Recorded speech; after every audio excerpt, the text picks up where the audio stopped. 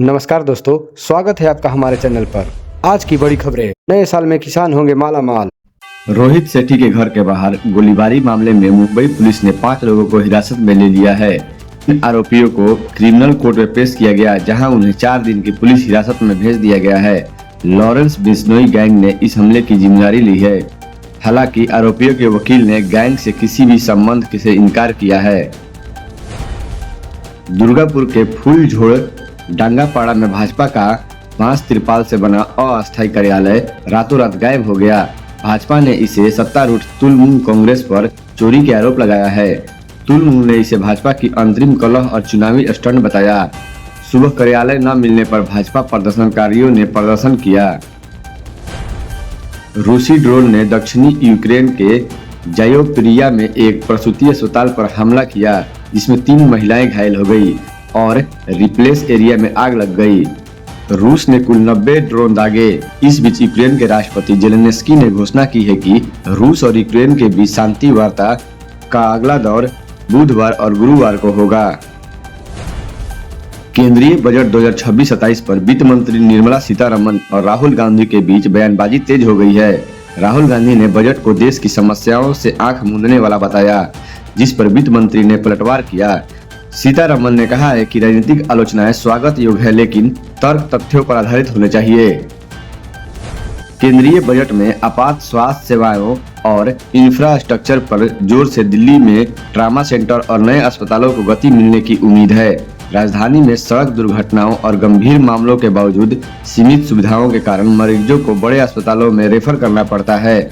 Budget प्रावधानों के उपकरण, विशेषज्ञ स्टाफ और संचालन संबंधी अड़चनें दूर होगी, जिससे 11 लंबित अस्पतालों का निर्माण और मौजूदा ट्रामा सेंटरों का संचालन सुधरेगा, बशर्ते इनका प्रभाव क्रियान्वय हो।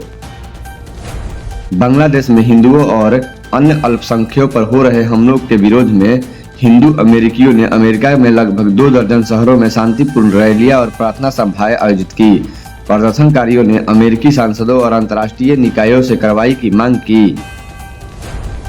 राष्ट्रीय स्वयंसेवक संघ के 100 वर्ष पूरे होने पर यमुना पार में विराट हिंदू महोत्सव आयोजित किए गए। इन आयोजनों में हनुमान चालीसा का सामूहिक पाठ हुआ और हिंदुओं को एकजुटता का संदेश दिया गया।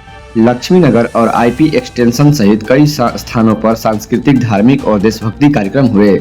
आरएसएस के जिला संचालक संजीव तिवारी ने सामाजिक समरसता और राष्ट्रीय भक्ति का प्रकाश डाला।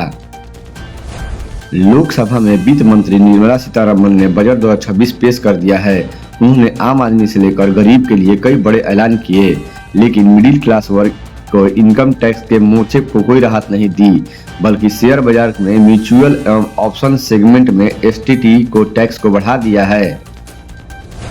केंद्र सरकार ने बजट 2026-27 में मैन्युफैक्चरिंग और आर्थिक विकास का प्रमुख इंजन बनाने की संकेत दिए हैं। 12.2 लाख करोड़ रुपए के पूंजीगत व्यय के साथ बायोफार्मा, सेमीकंडक्टर और कैपिटल गुड्स सहित 7 रणनीतिक क्षेत्रों पर विशेष ध्यान दिया गया।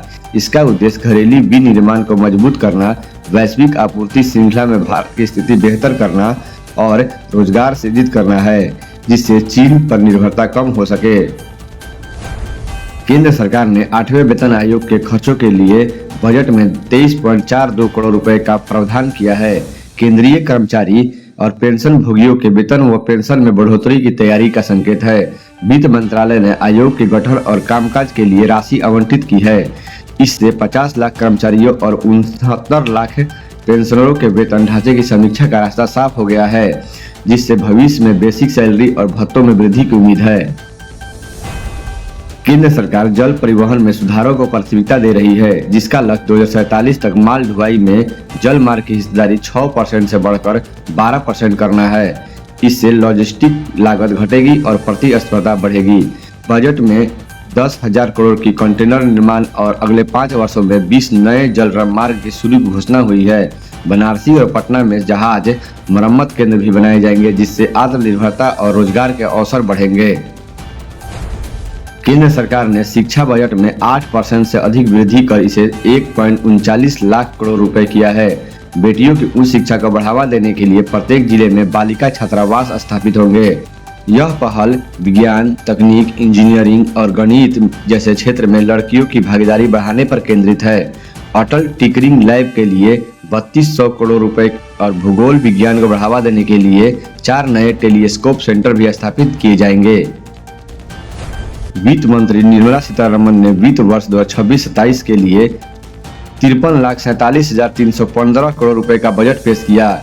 इसमें विदेश मंत्रालय को 22,118 करोड़ रुपए आवंटित हुए, जिसमें 6,997 करोड़ विदेशी विकास साझेदारी के लिए है। भूटान को सर्वाधिक 2,228 करोड़ रुपए, नेपाल को 800 करोड़ रुपए और मालदीव को 550 करोड़ रुपए मिले।